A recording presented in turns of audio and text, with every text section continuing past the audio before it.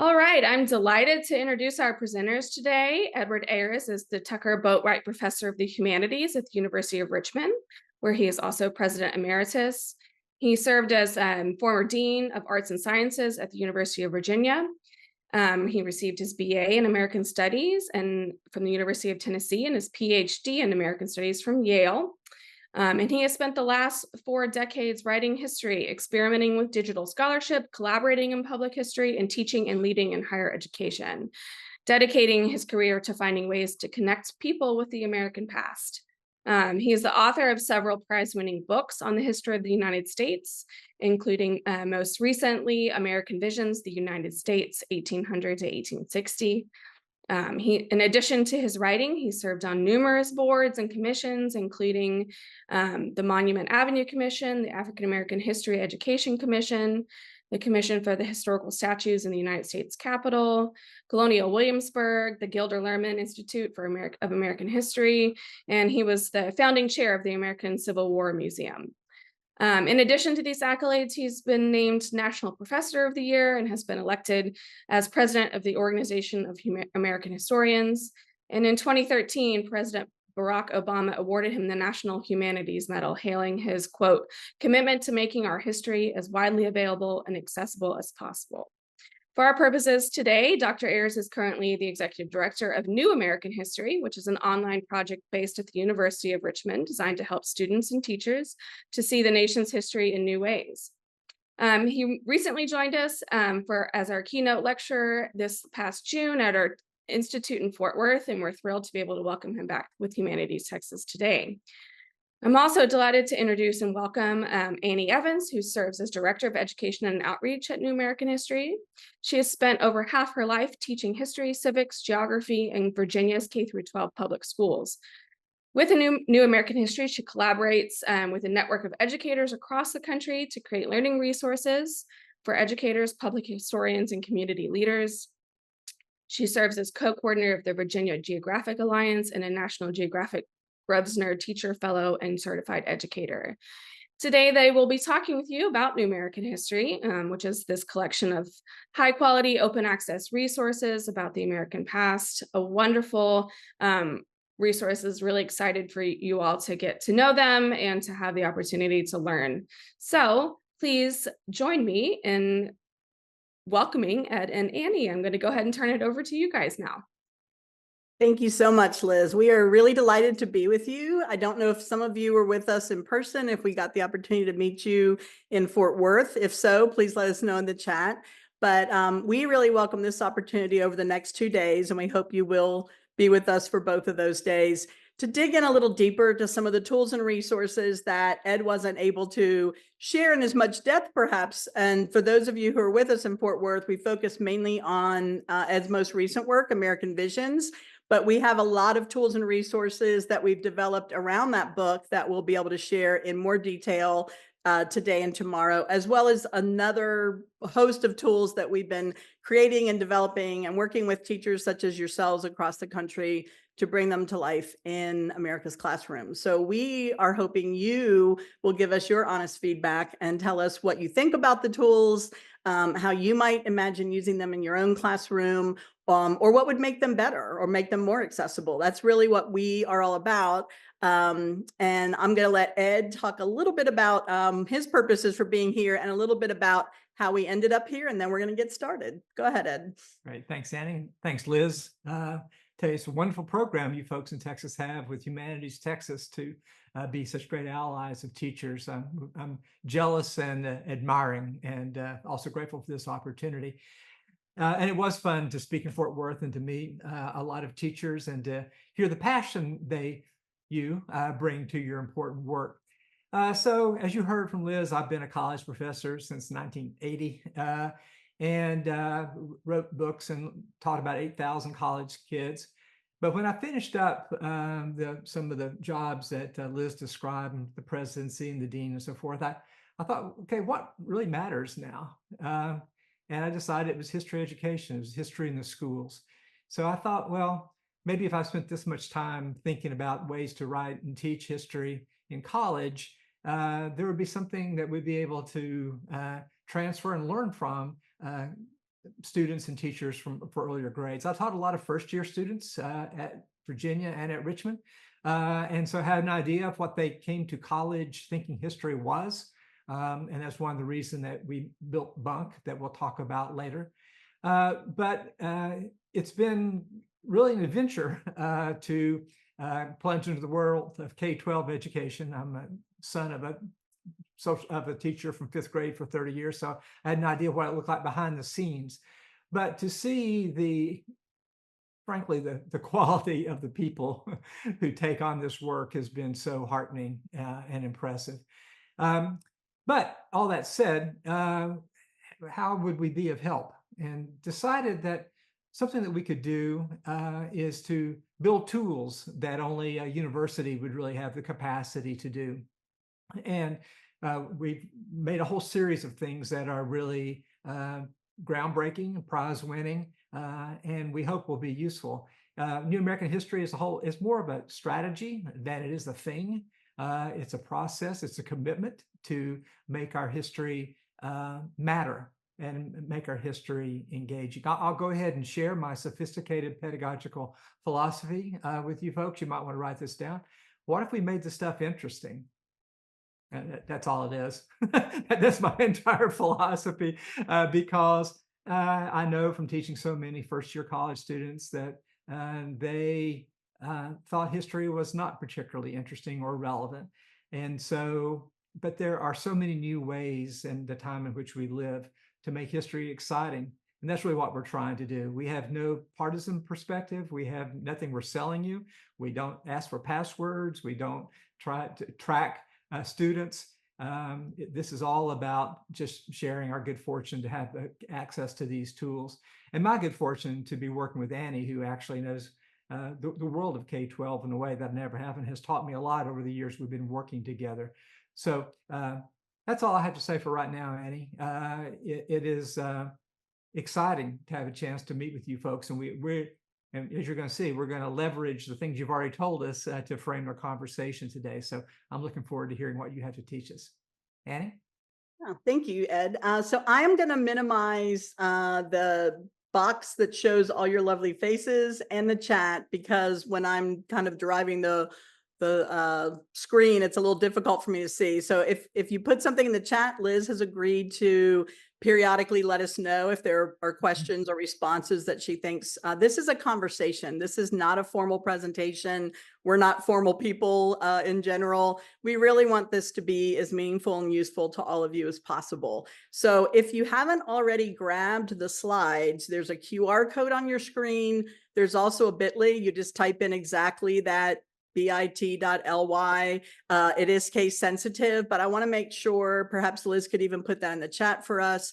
I want to make sure that you have the slides because I do want you to sort of play along today and I want you to have them tonight. I think most people, when I share Bunk with them for the first time, I usually get a text or a phone call the next day that says, I spent 8 hours on Bunk and I didn't even realize I was on there that long, because they just start digging into it and it's like, wow, and there's just so many pathways to explore, and we're going to look at that today. So I want to make sure that you're able to look at each of the tools and resources we're going to share.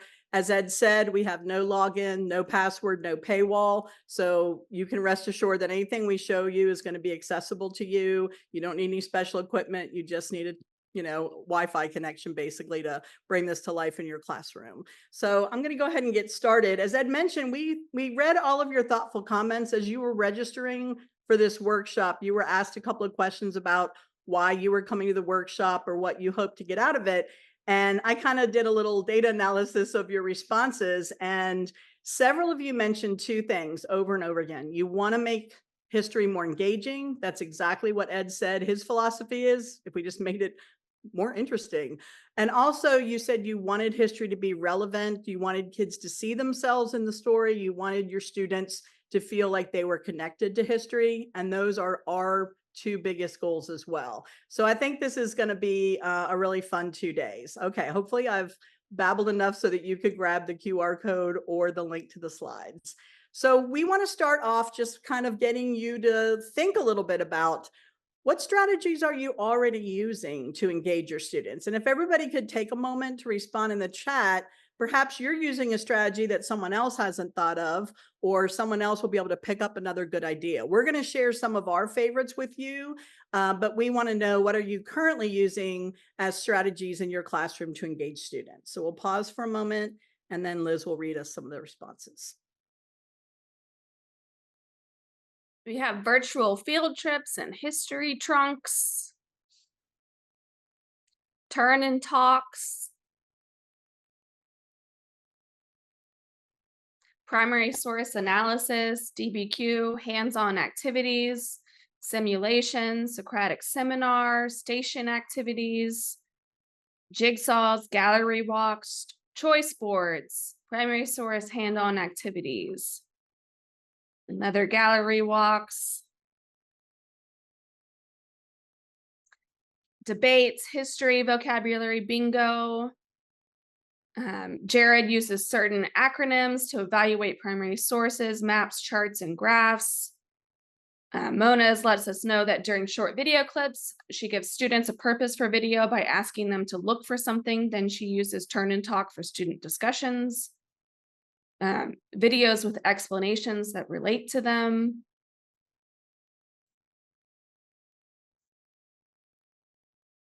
So a lot of those sound very familiar. A lot of those are strategies that we ourselves are using and engaging and mixing into the learning resources that we're creating. So I love hearing some commonalities. A lot of the strategies that we pull from include the Project Zero strategies from Harvard School of Ed. Most of you are probably familiar with that. We're going to play with one of those here in a minute. We also use a lot of the same strategies that Facing History and other organizations that we like to partner with employ. So I'm hoping that if nothing else, you might pick up some new ideas or some new strategies this morning. And we're going to talk a little bit more about the ways that we engage students in our work as well. All right, we've got another question, because this again goes to your survey results. What would persuade your students that history is relevant? This is something that came up in several of your responses. So what do you think it would take for your students to feel connected to history, or what has worked for you in the past? So if you'll share that in the chat, we would really love to hear your thoughts. Give everyone just a minute to put that in the chat, and then I'll start reading some responses. Yep, we like to model wait time.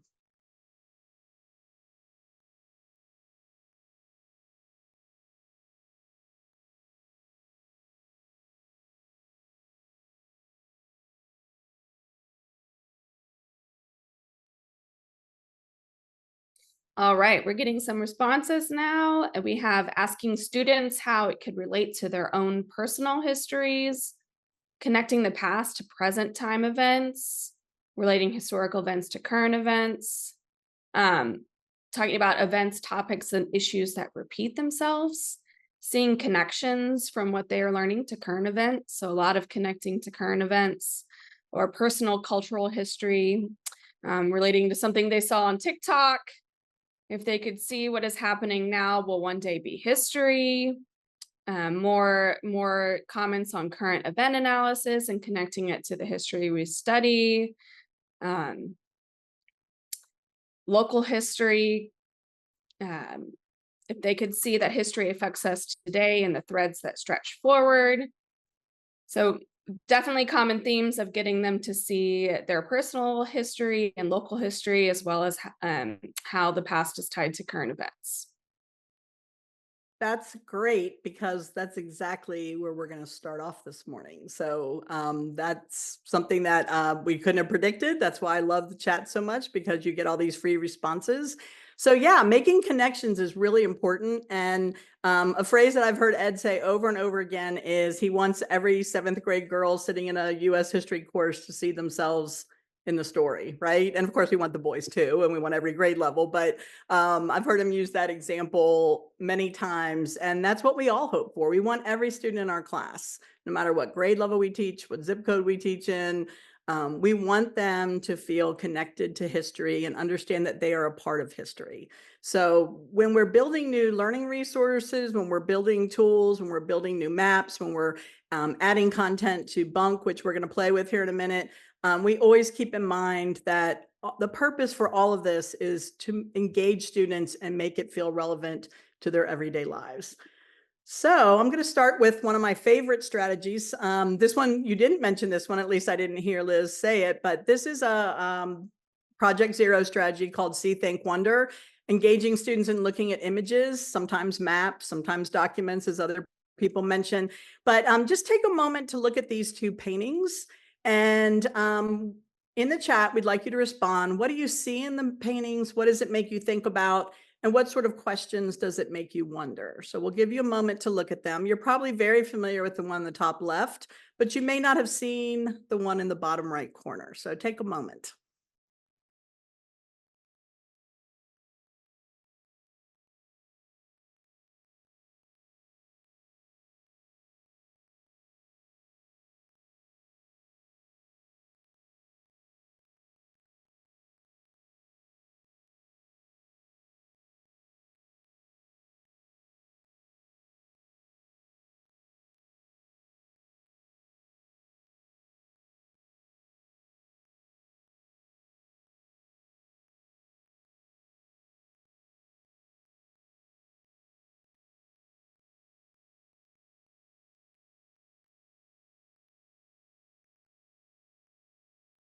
You can just add your thoughts in the chat. Liz will read them out to us. Thank you. Yeah, we're starting to get a couple of responses. You gotta give them a little time for this. They really gotta dig into Yeah, I Yep. was going to say, I I'm at think we least need a little one more here. time. Yep.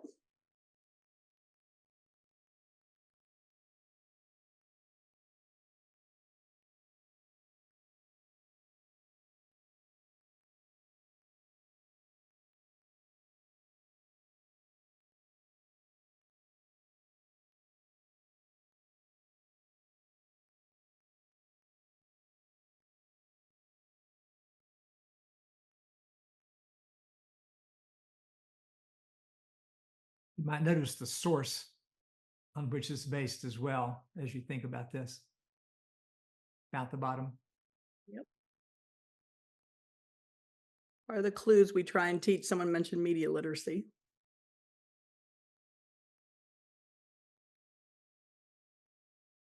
And just so y'all know, I hide a lot of goodies in the presenter notes on these slides. So if you haven't noticed that already, if you open the presenter's notes, there are links to everything that we're going to share. So you will have these. You can take this slide and pop it into your own slide deck and use it ready to go with your students. We hope you will. Same for any of the other slides. They're made to be used and repurposed any way you like. Everything we make is under Creative Commons license that way. So long as we don't see them on Teachers Pay Teachers later. All right. Anybody have any comments, Liz, that the... Yeah, so we have a number of responses in the chat. We have Kathy says, I am not represented in the top left. I am represented in the bottom left. Diversity. Jared says, a bunch of white guys on the top. As for the bottom, multiple genders and ethnicities represented. Eddie responds that events reflect the cultural makeup of the day. Judith asks, what is the connection between the people in each? Cindy says, I know who the people are on the top. I have no clue who the people are on the bottom, but it's certainly a more diverse group. Kimberly says, I see that the top left is historical and the bottom right is current. Looks more like today in all aspects, while perhaps being some sort of reenactment. And Art has commented that the darkness in the bottom right and the brightness in the top. All right. So if you've already taken a peek in the presenter notes, you may have already found the link. The bottom image comes from ancestry.com, and I promise we do not get any kickback from Ancestry. I don't even have an account myself. But I came across this article that is linked in your slide notes a few years ago that talked about how Ancestry was partnering with schools and trying to do more outreach into schools. And so what they basically did, this is not just a random painting where they said, let's just recreate the painting and make it look more diverse.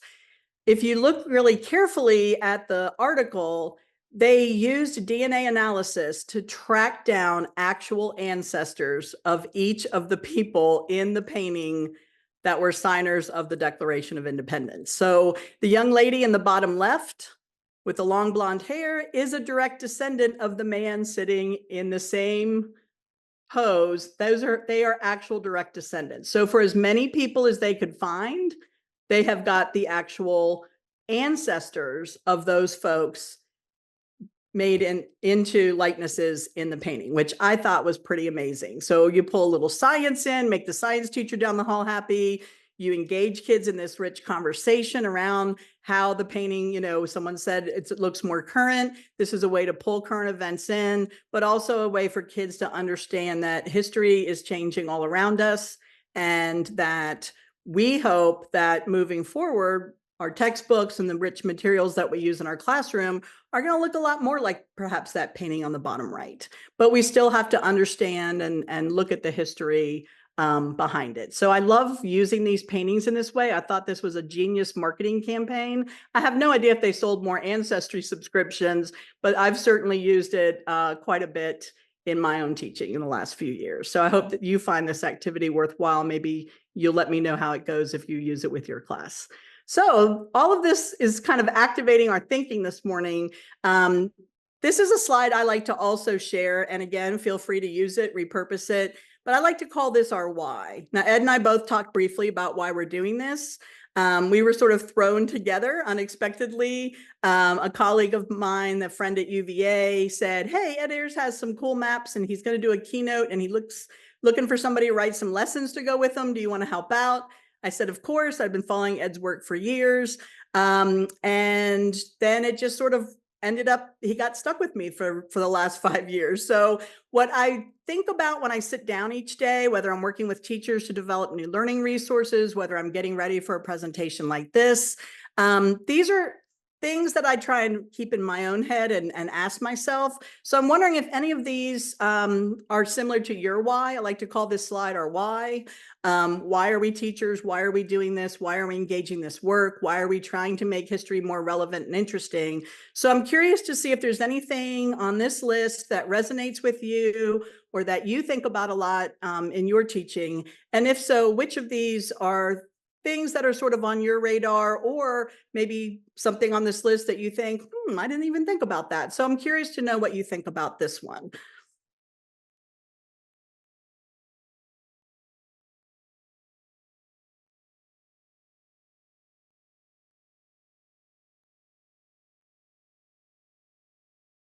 Do you want folks to write in Yes, the chat? I'm so sorry. Yes, I thought, yes, in the chat, just, or unless you want them to come off their microphone, that's up to you, Liz. I'll let you handle That's that. fine. If anyone wants to unmute, raise their hand or drop in the chat. That's great. If you see something that's missing from this list, Yeah, absolutely. we'd be interested to see that as well. Or if you have your own why, like feel free to jot that down too, or come off mute.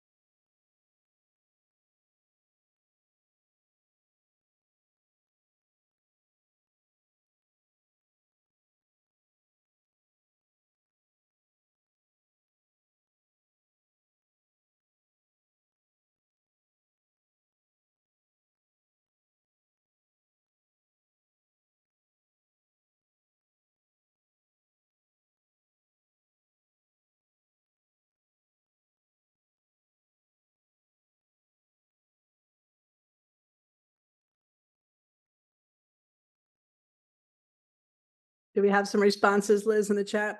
Yeah, we're starting to get a few. We have teaching high school. It is critical that students are able to acquire transferable skills that take them into the job market or to university. Evaluate practices that impede versus promote success. Students to understand that history, no matter from what perspective, plays a role in whatever decisions they make. Make decisions for themselves free and from influence. Window versus mirror. It's great to learn about ourselves, but we also need to learn about others. I love that one. Yeah, that's great. These are wonderful. Any others that you want us to? We have one more that just came in, being or wanting students to be able to evaluate multiple perspectives, and studying history makes people more empathetic by learning about others. And Rebecca writes that being an informed citizen and learning how to evaluate a variety of sources so that they can make better decisions. Love it. You guys are my people. Okay, so I hope that by the end of this first session today, I hope you'll want to come back for more the next day. And also, I hope that maybe you'll find at least a few examples of each of those that you just mentioned in the chat. I'm certainly going to save the chat and dig into your responses this afternoon after we log off. So I appreciate you guys being so participatory. I hope that will continue. We just kind of wanted to get a feel for who we had in the crowd and what the needs were, because we want to be able to respond to that the rest of today and tomorrow. So I really appreciate you guys hanging in there with us here at the beginning as we sort of get to know each other and talk a little bit about what it is that made you want to participate today and what you're hoping to gain from it. So I feel like at least, Ed, I hope you feel the same way. I have a little better perspective, and we can touch on some of these things very purposefully this afternoon and tomorrow. Yeah, I would say one reason New American History is big is so that, and this is something I've learned from Annie, that you can take from it what you want and need, because we trust teachers to know that.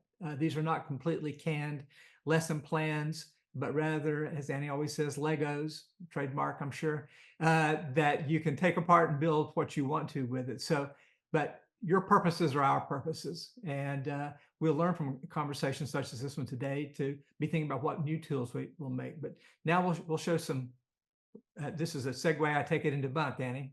Absolutely. So a lot of you mentioned already that you wanted to, bring current events or make things more relevant for students. So if you want to add while we start sharing what I think is one of the greatest tools I've ever played with, and I'm not just saying that because I get to work with the people who made it, we're going to look at a tool called Bunk. And what I'd like you to do as we're looking at it is definitely open Bunkin on a new tab on your browser. If you're able to do that on your device, I want you to kind of play along with us and think about ways that you currently are incorporating current events into your instruction. Or if you have a great idea as we're talking about Bunk or sharing Bunk with you, feel free to put that in the chat, and Liz will let us know if we've got some responses. So this is, I think, of a kind of all of our ecosystem. We're going to share each of these pieces. Ed said I call them Legos. I do. Again, we don't get a kickback from Lego either. I wish I would get free Legos, but we don't. But I love the idea of thinking about all of these tools and resources being things that you can use interchangeably. Something that we firmly believe is we trust teachers, and we know that teachers know their students best, and we know that teachers are able to select the best tool or resource or example as part of, you're building your local curriculum. We are not a curriculum. I do want to make sure that everybody understands up front. We're not a curriculum. You can't just take New American History and use it as is, and that's all you have to do. No, a curriculum is built at the local level. It's not a prepackaged thing that you buy, hopefully. It's not, a canned set of lessons that you do the same ones every year and you have to read it off a script. That would make me very sad as a teacher if I was forced to do that. And I have worked in places where they tried to force us to do that. So I want everybody to kind of think of these tools and resources as things that you can add to your teacher toolkit. I'm sorry, was there a question? Okay. So our friend Tony, who works with Bunk, calls it an ecosystem. I kind of like that word as well. So I'm going to kind of come out of sharing slides now. So the slides are really for you to have links to everything. But I think the way that this works best is for us to kind of show you the tools and resources. So the way that you can kind of find everything, if you start off on our homepage, newamericanhistory.org, you'll see this nice little menu here along the top. And everything that we're going to show you today is somehow linked through one of these items on the menu. And so I'm going to start today with the journalism tab. So when I look under journalism, we recently acquired the History News Network, and you can dig into that at your leisure. That is a wonderful newsletter that we've kind of blended into Bunk. And you can take a look at that. And they have a great newsletter that comes out with interesting articles that are written by scholars from around the country. But I'm going to focus today on Bunk, which we've embedded into a lot of our K-12 learning resources. The first time I showed Bunk to Ed, I told him it was like nerd Pinterest, and I'm not sure if he appreciated that analogy, but it kind of looked like a Pinterest board to me. And I know a lot of teachers that used Pinterest to kind of build a board with links to things that they want their students to look at and explore, or choice board. Somebody mentioned choice board in the chat earlier. But every day, Bunk is changing. And Ed, do you want to say a little bit about Bunk, since this was sort of your brainchild? Yeah, teaching first-year college students, I saw that they thought history was the thing in the textbook. And I knew that we were living in a time when there's a profusion of history in all different kinds of sources all around us that students didn't recognize as history because it didn't come labeled as such. And I pointed out to them that everything they wear, all their hairstyles, the music they love, the games they played, the movies they watched, as well as, you know, the politics, which they believe is history, it was all history. And it was called what I called ambient history. And so I thought of a way to try to make that visible to kids, because they came in and didn't have a very capacious idea of what history was. And so I named it after Henry Ford's quote that history is more or less bunk. The only history that matters, he says, is the history we make today.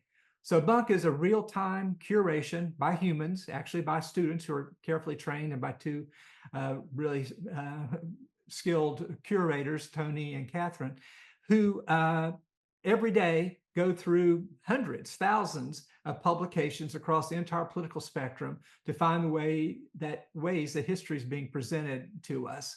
And as you see, it's different every time we look at it. So Annie doing this is an act of faith. We don't really know what's going to come up there when we click on it any given day.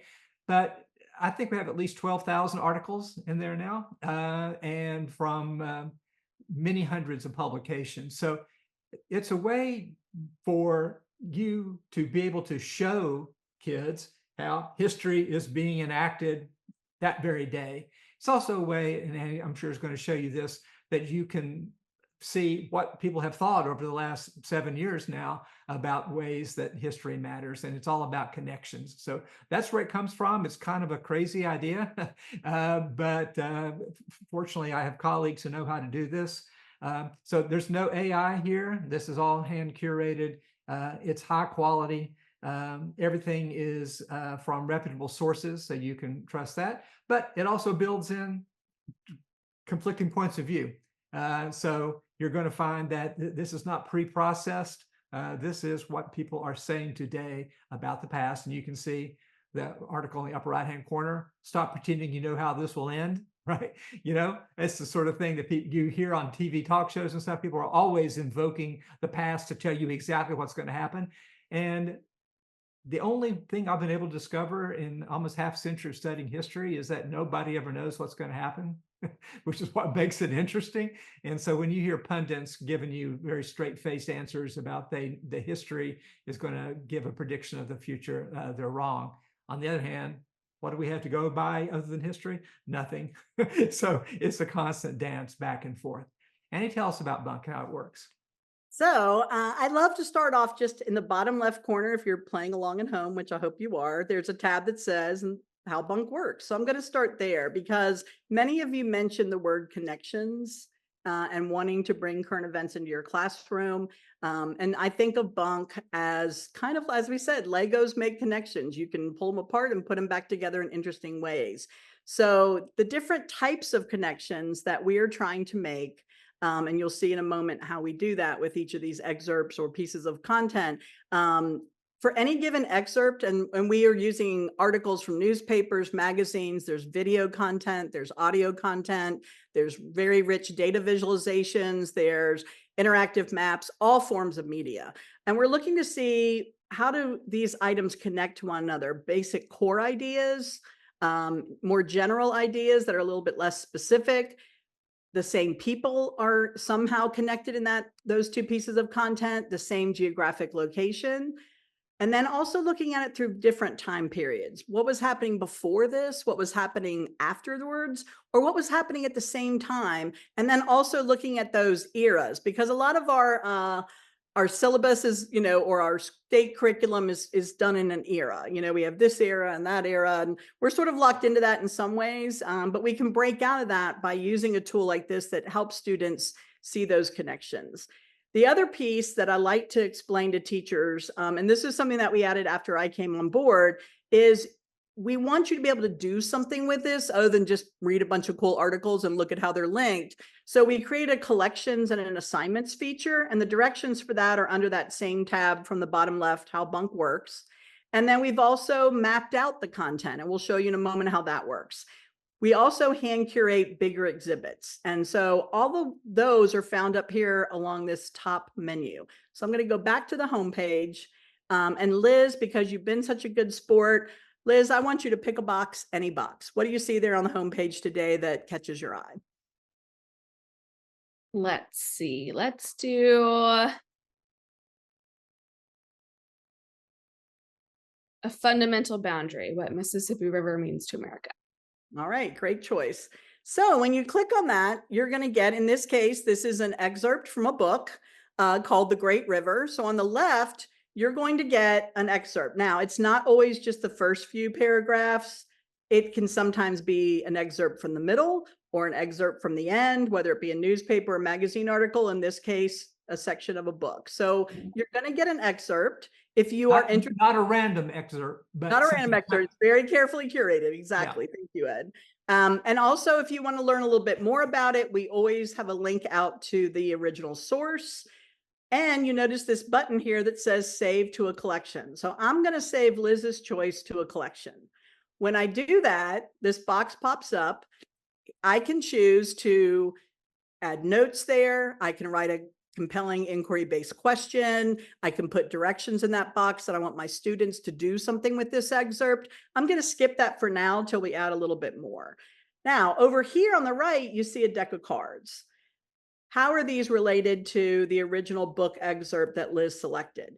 You can look at, in this case, there are 3 of those icons. These are going to change based on whatever excerpt you selected and the connecting pieces. So you want something with the same idea, something that has something to do with the same location, or in this case, time period. I'm going to start with idea. And when you click on view connections, it's going to now show you how these 2 pieces of content are somehow connected with the same idea. And you notice in between now, we have all these tags.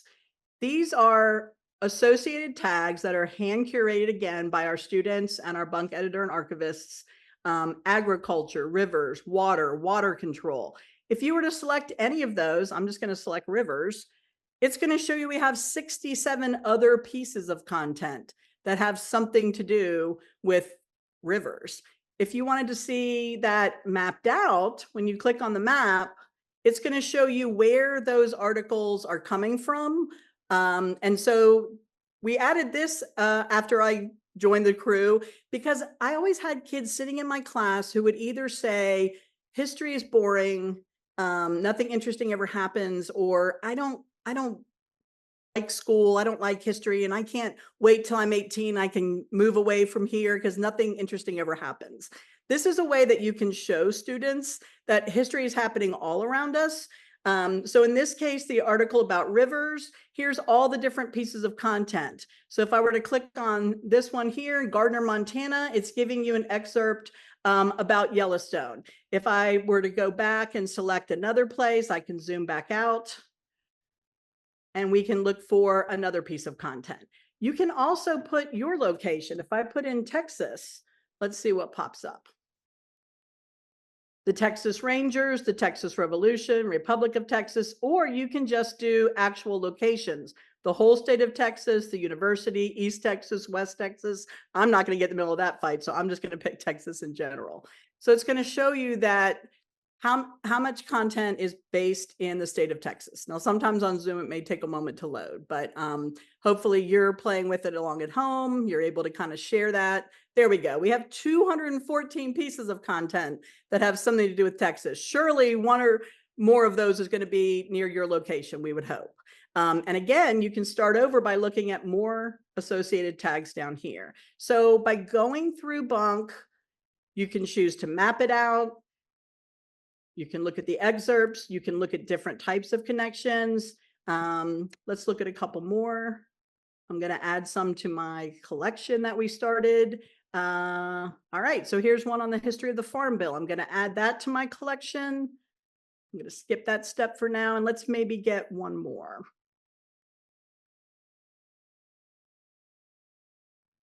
Hey, Annie, there's a question in the chat.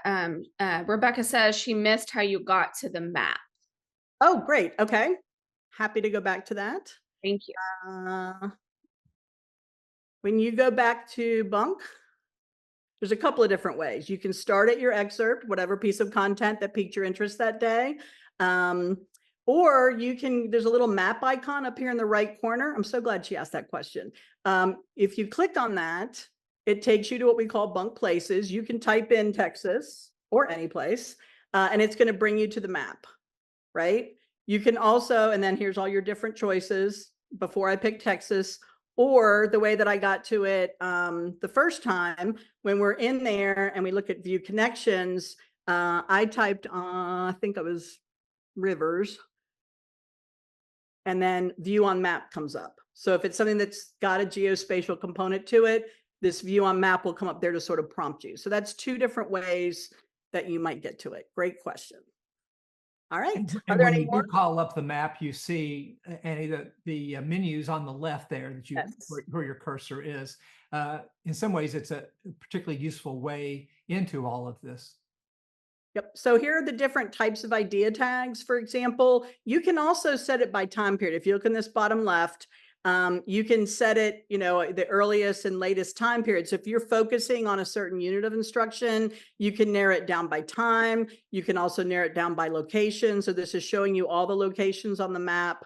And as we said, you can always start a new search from directly within the map. So if I wanted to, just do rivers, it's going to, start a whole other search. All right, so I'm going to go back to Bunk, and if you look in, let's see, if you look in the bottom corner here, I started a collection. Right now I have 3 items in there. Sometimes you want to have 3, 5, 7, it's up to you. So now I've got this collection started. I can do a couple of things. I can reorder them. I've had teachers tell me that they have students put these in the order chronologically. Another teacher sent in a great suggestion. He said, I have students put them in the order of what they most to least agree or disagree with, but then they have to annotate in the box over here why they ordered it that way and what it was about these opinions in these articles that they did or didn't agree. And they had to back it up with some sort of evidence using content from the excerpts that they read. You can also push this out as an assignment. So here's where you sort of have to make a choice. If you have high school students, most high school students have their own email accounts. Your school may or may not allow students to use personal email. So when using the Bunk Collections feature, if your students are not allowed to use personal email, then you would want to push it out as a collection. And that How Bunk Works tab in the bottom left that we showed you earlier is where you will find those directions, the difference between collections and assignments. You can also find it up here. So you can create the collection yourself. You can add questions or directions on what you want students to do with the articles.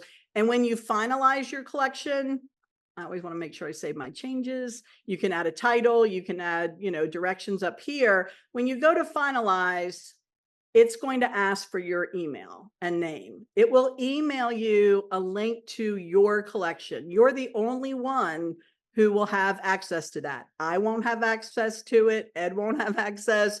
None of our Bunk students that work at U of R on this tool. But if you are pushing this out to your students and you created it ahead of time as an assignment, they would hit submit this collection to a Bunk assignment. And that's where they would put in a code that we email to you when you finalize your assignment. So that's sort of a privacy issue. If your IT department, you have to run Bunk or other tools that you're using by them. I know that student privacy and safety is always the utmost concern. So we've got that assignment code feature built in so that students don't have to use email to be able to use Bunk. So you can, do it how you want. And again, the way I got to that was through the collections tab. Create your own. And when you look under for educators, it explains the difference between a collection assignment. And we hope you'll play with it tonight and try build a collection and come back with questions tomorrow. We would love to know your thoughts. If you build a collection and you use it this year, we also love to feature your collection. I've had teachers send in collections, and then we will sometimes highlight them here on the collections page.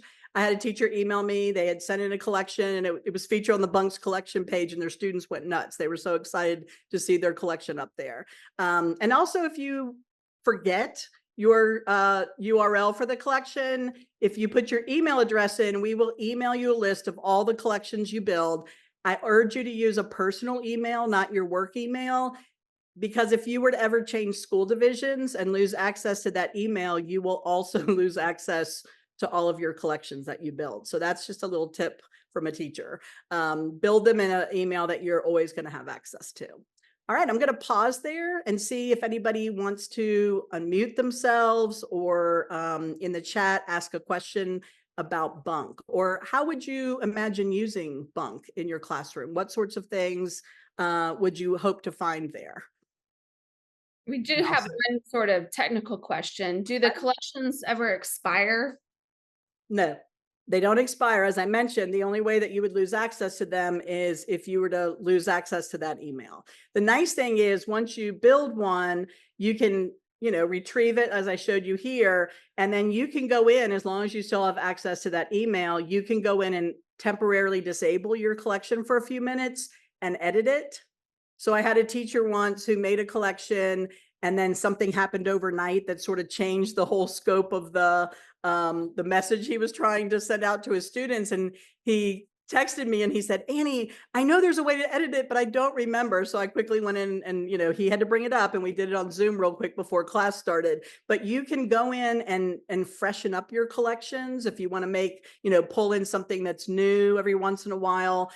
These are your collections, but I cannot pull them up for you, right? It's all tied to your email.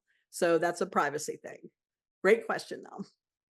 one thing I'll point out while you folks are thinking about this is that this is a way to, you'll notice that this isn't just history as background. This is history written for a purpose. They have perspectives that they are using history to promote. I just encourage you to lean into that rather than avoid it. And the point is, with a collection, you could just choose two pieces that you think define the poles in an effective way of debate, or that you find especially persuasive, so that you can control the amount of engagement that students would have with Bunk. So that the whole point of all this is to show why history matters, not to make it controversial, even though all these articles are about things that matter. So the collections is a way for you to filter it. You can also look at this on your phone, while you're having coffee, to say about how might I today, what's in the news today that has a historical meaning. I'm sorry, I'm kind of giving the answers that we might want people to provide to us, Annie, but I just thought I'd point out that collections were not merely to save things, but really to frame it for discussion in class on any given day. So these are tools that you're building as a teachable moment is how I think of it. All right, Liz, are there any comments or questions? Yeah, two quick questions pops up in the chat. Can students use their school email? Yeah, they can use whatever email they're allowed to access, as long as it's a working email that they can retrieve the URL, because it will email them a URL to the collection they built, and then they would have to share that URL with you and their classmates to be able to turn it in that way. And then can you share your collection? Yes. So like I said, once you finalize it, you put your email in, it emails you a URL that is a unique link to your collection, and only you decide who to share that with. So you can put it on your Canvas or your Google Classroom to share out to your whole class. You can tweet it out on social media. Please tag us if you do. You can have students share it like on a shared Google Doc and look at each other's collections, or however you have them sharing information like that. So it's all done through that unique URL that you get once you finalize your collection. Absolutely. Anything else? We don't have anything else in the chat right now, but if anyone wants to add something, or feel free to raise your hand, and we can have you speak as well. Okay. I would just say that will be evident to you, this is a way to address both of the purposes that you identified that you're most concerned with. How do we make history engaging? And as you can see, any given choice, there are 6 or 7 things that you can choose. I imagine kids might choose modern reality TV, might be interesting, you know. But you can also see it covers a broad range of things that are political, cultural, more distant past, current events, and all those ways. So that's a way to make history engaging. It's also a way to just show them how relevant it is that people every day are using history for the most important things that are going on in our culture. So this is a case where the medium is the message, that the very act of seeing history in action has its own benefit. Yeah. So I think, Andy, people are going to want to think about this tonight, it looks like to me. I don't see other chat responses right now, but that's okay. So maybe you're ready to move to the next thing? Yeah, just really quickly want to show them. You can also select the type of content. So if you look here on the left, if you prefer audio content, maybe it's accessibility piece. If you want a book review specifically, if you want an excerpt, if you want, an annotation, there's different types of content. If you want digital history, there's interactive, there's podcasts in there, all types. It's not all articles and all reading, because we are very sensitive to the reading issue. A lot of this content is not on a 7th or 11th grade reading level. We've also, the teacher tips to our learning resources, whenever we link out to Bunk, we suggest free tools like Wordify and WordTune, popping that into, some teachers will take a Bunk excerpt and they'll use AI to make a leveled reader version for different reading levels for their students. So those are other ways that you can make using content in Bunk a little bit more accessible as well. All You can right. go all the way from the most minimal approach, which is, here is a sentence that I found today about history. What do we think about that? So that you could use Bunk yourself just on your phone to identify that. And so it doesn't have to be a full collection building by every student, even though that's possible as well. Something that could be done in 15 minutes of class time. And then kids say, why did I choose this? And just to be able to see all the different content types, so that history doesn't just come as one sort of the Velveeta of our textbooks, but rather comes in all these and Russell says that sounds like a warm-up exercise. It would be a great warm-up exercise, a way just to begin to get the blood flowing and kids see what's at stake. One thing about Bunk, it's going to show you things are at stake all the way back in the colonial era. It's going to show you, that it's not just current events, that current events involve past history. And so it's highly adaptable because it is so over-engineered to allow you to use it as you would wish. Yeah, and did you say that was Russell, Ed? I can't see the chat, but Russell. It was. That was Just for Russell. you, Russell, And when you then think Nedra about says, using this, a do now, some people call it, or bell ringer in the morning. A lot of my friends tell me that they have their kids start off on Bunk homepage every morning while they're taking attendance or passing out papers or doing that housekeeping kind of stuff that we're forced to do sometimes. So what students will do is they'll say, find an interesting Bunk connection and share it with your neighbor. So there's a share connection button here that gives students a URL. They can copy that, they can send it to each other. You can have them put it on, if you have some sort of a little exit slip at the end of class that you want them to turn in. But it'll share a unique URL just to that one connection. So I always tell people, if collections seem a little overwhelming, start off with just having them share one connection that they found interesting, share that link with a friend, talk about it. Maybe they read each other's and have a little discussion, and then build up to using a collection. So we want this to be meaningful and purposeful, and we want them to sort of, I use the expression growing up with Bunk. So with younger students, if this is above their reading level, they can still look at things like the tags and how it's organized. They can look at the images, they can listen to the audio content, they can use the more interactive digital type excerpts that are in Bunk. Or just looking at the titles of the different excerpts. They can somehow glean information. As they get older and their reading improves, then they can start digging into the articles. So there are ways to use Bunk at lots of different ages and stages. I And we think could do out all day bunk, but I know we want to get to some other things. Ed, what I would just say one thing. So Nedra Barnes has a good question. So this is wonderful, can get overwhelming pretty quickly, which we agree. Where do you suggest new users start on day one? So would you suggest the strategies you just mentioned, or is there anything else, Andy, you'd have in Yeah, mind? so as you'll see today with bunk and tomorrow with the maps, I always tell adults, do not start off showing them how bunk works. Do not start off showing them how one of our maps works. Give them a little time in the beginning to explore. Let them sort of figure it out. Give them 10 or 15 minutes the first time you introduce this tool for them to click on things, play with things, look at things, manipulate things. I always tell them, if they ask questions, say, I'll be happy to answer your questions in 10 minutes, but right now I want you to explore. Because if you just start off telling them the answers and showing them everything, it's gonna kind of defeat the purpose, I think, of giving them a tool where they can expand and pursue and find that relevance, make those connections themselves. Now, once they have a little time to play and explore, then I would start, like I said, with making a simple connection, sharing a connection with a turn and talk to a partner, and perhaps having them start building a collection. Maybe let them do one with a partner at first before they have to do one on their own, or maybe you push one out as an assignment to model for them and then have them create one as a response. So you can build up to that. You can also start off in the mapping. Another great way to introduce it is start off like I did. Type in where you are. You're in Texas. So if I type in Texas, that's going to grab their attention right away, because they're going to say, what? Something interesting actually happened in my little corner of Texas? Are you kidding me?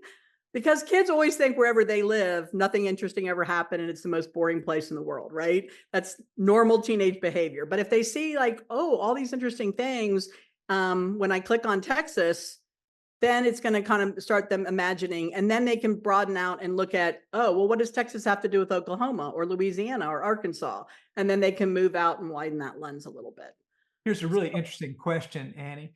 Mhm. Russell says, we use YAWP, which is an open resource history textbook of the United States, for the APUSH curriculum. I'll let them read it, but this sounds great for discussing the decades approach. So can I filter for specific timeframes? Yes, in the bottom left corner, do you see here, Russell, where it says time? You can adjust that for the different time frames. You can adjust it up and down, and you see here the little counter will change as I do that. So you absolutely can do that. In fact, that's a great segue, Russell, into the next thing we want to dig into, which is American Visions.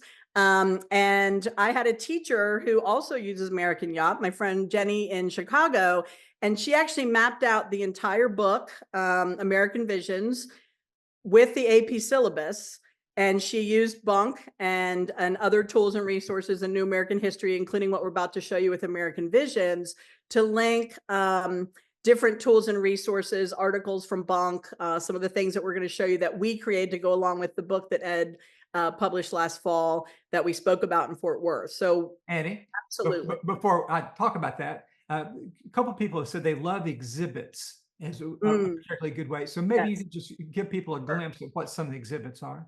So I think of exhibits as a collection of collections. So you can build your own collection, but we have a brilliant leader of Bunk. His name's Tony Field, and Tony hand curates these exhibits along with Catherine Ostrovsky, who Ed mentioned earlier. So the two of them run Bunk. They work with our student workers, but these exhibits are hand curated. So if you look on the right-hand side here, and again, I got to that from the menu up here on the left, exhibits, collections, the excerpts. Originals are pieces that we've commissioned. Our friend Julian Hayter from U of R is on here with us this morning. I think I saw him earlier. You'll find some of his brilliant essays in there, along with many other scholars and friends of Bunk.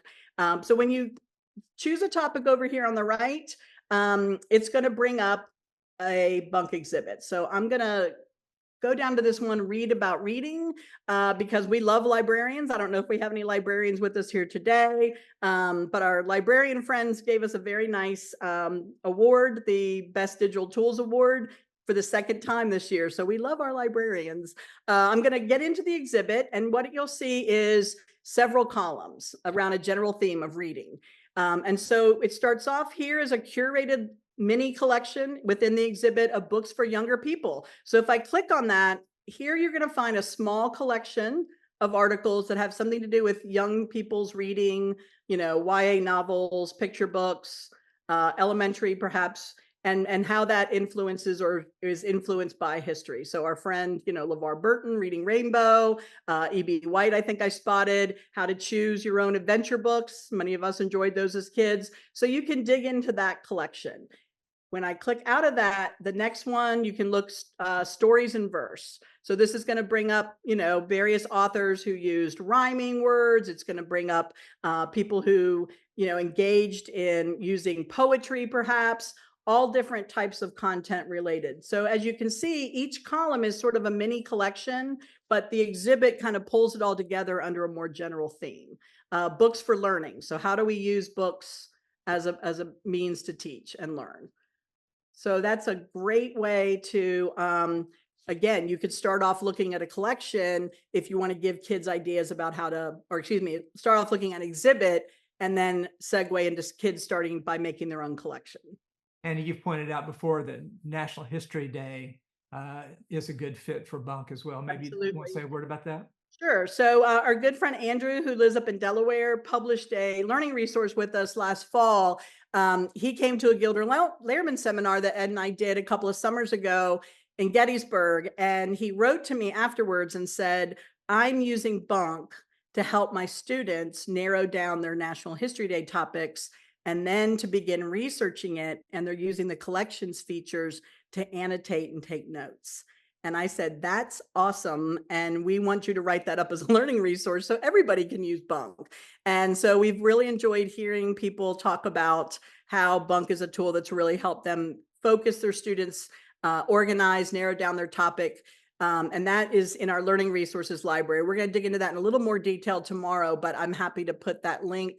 I'll share that tomorrow and have the link queued up ready to start off tomorrow so you can see where that's found.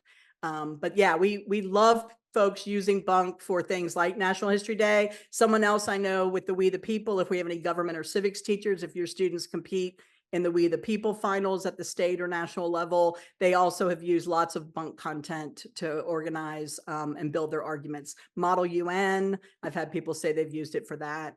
So, and if you do end up using it and writing up a lesson around it, like, please contact me. All of our contact information is embedded in the slides. We hire teachers from all across the country to work with us all year round to come up with learning resources based on tools and resources from New American history. So we'd love to hear your thoughts on that.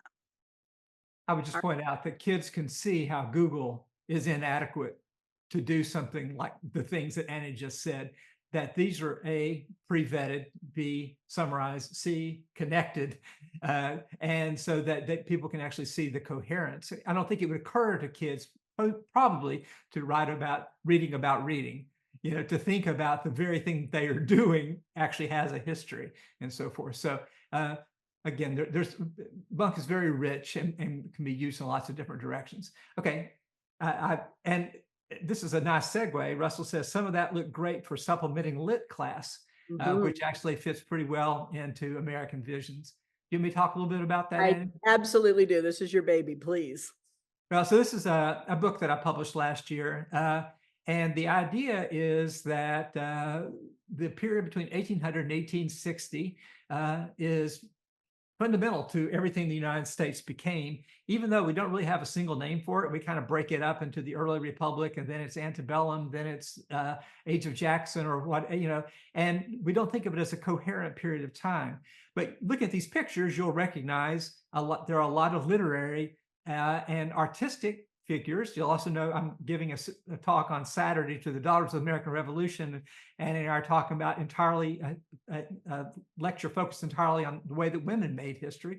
You'll also know that there are a lot of people of lots of different ethnicities, races, backgrounds about all this. So the idea was, what if we actually put all this together rather than segmenting it the way that we do usually? We have history class and English class and then art class. We have Black history and white history. We have Native history. We have political history. My idea, which rhymes with New American history, what if we recognize that all of these things are part of the same history and fit together? The idea, too, is that in many ways, the United States was not really created at the founding. It was sketched at the founding, but a lot of the most important developments that made American history occurred in this period that we call antebellum. So in my talk in Fort Worth, I pointed out to people how in some ways words that we commonly use that are actually in standards and on test do our thinking for us and foreclose the stories. Words like manifest destiny, words like expansion, words like antebellum.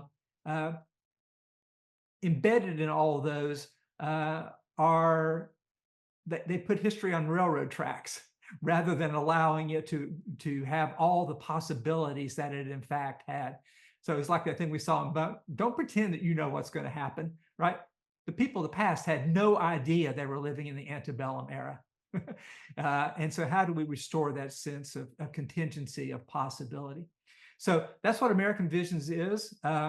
And, you know, it got nice reviews and things, but in all honesty, my dream is that folks like you all will find it useful as you're teaching your classes. And to make that possible, we built this website that's free to everybody, whether you've read the book or not, but that would be useful. So Annie's going to tell us about what we built. So as a teacher, whenever we start building a new tool or resource, I always think in my head, what do I wish I had to teach this 20 years ago, 10 years ago, right?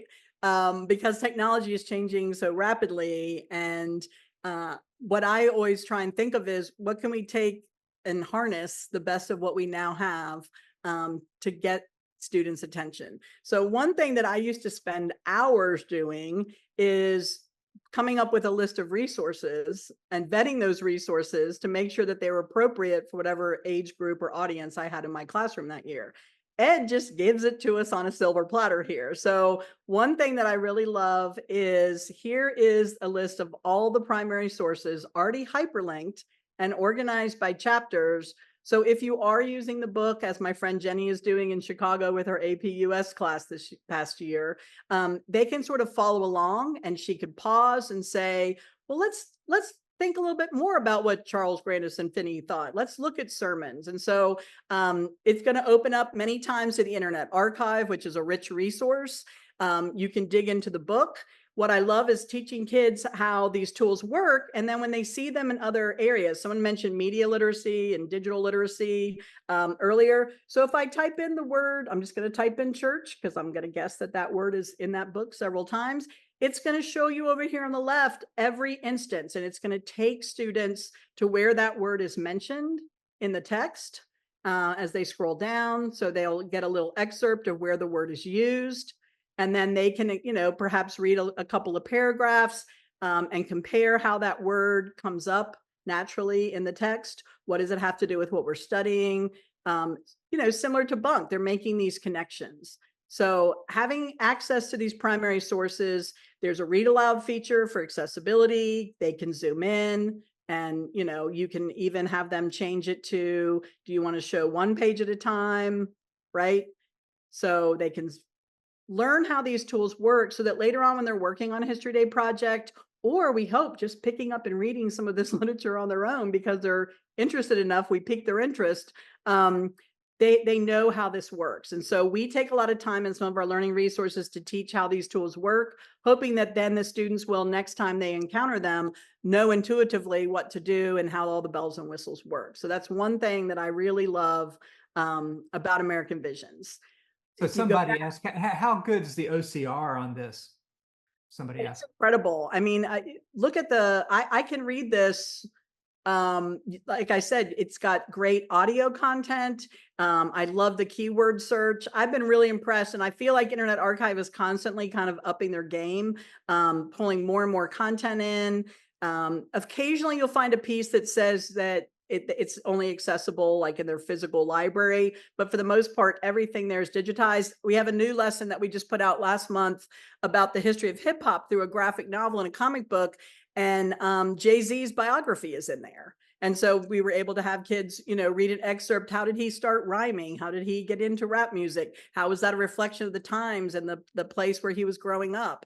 And so there's all kinds of content in there available, and it's free. It's a free resource. Yeah, and that's an important thing to understand. This sort of takes primary documents, which often come to us as not very primary at all, but actually edited, processed, excised, all those kinds of things. Here is the primary document. Here is the book. And maybe, Andy, you can go back to the list of original resources, and there's 100 of them. And what it allows kids to see is that you don't just have to follow the predetermined path through these primary documents that we've kind of embedded in there. Here are these 3 things. Can you find what we thought was important? Here, let your curiosity explore some things that you've never heard of, but here's the whole book that you can explore in ways just by looking at words that might be interesting to you.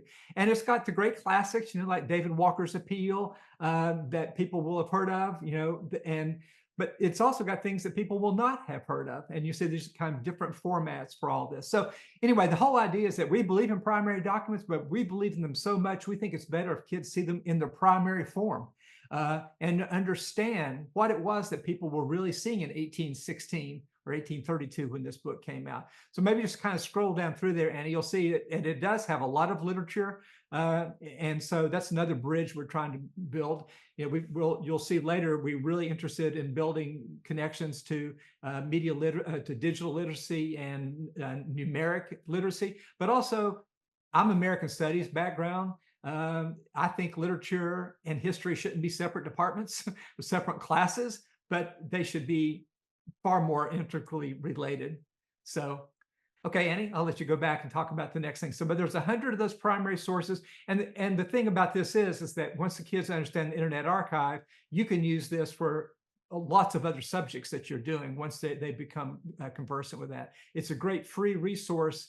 We want to think about things that didn't exist 20 years ago, that allow us to teach history in new ways. The Internet Archive is near the top of the list. But wait, there's more. What else have we got? There's absolutely more. So if you scroll down back off the homepage, again, we got to those original sources here, the original sources button.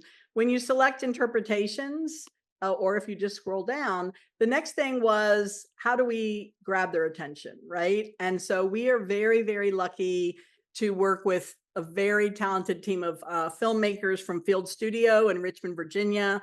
We've partnered with them on several projects. Tomorrow we're going to take a look at a series called The Future of America's Past. In fact, if you look in your slide deck, we have a virtual screening event tonight that you're all invited to if you're not tired of me by then. At 7:00 tonight, we are going to screen an episode made by the same filmmakers that created these 1-minute videos for us, about the Triangle Shirtwaist Fire. And then my friends from the Tenement Museum are going to come on and do a little Q&A with us tonight at 7. So if you scroll through your slides, you'll see an invitation and you can register and get the link emailed to you for tonight. But I want to share with you one of these. We have 5 videos. I'm going to share the Susan Fenimore Cooper one, because one of the partners that we've been working with is the Smithsonian Made by Us campaign. Some of you might have seen a lot the past month about the civic season. There were lots of in-person and digital events. This is the 4th year, I think, that we've helped co-host those. And one of the things that's really on kids, especially young voters' minds, is climate change and the planet and saving the environment. Kids are passionate about that. So if we can make that connection as a segue into looking at the past, I think this video is a great jumping off point. So I'm going to share this. It's only 1 minute. We're going to watch it together and we'll see what you think.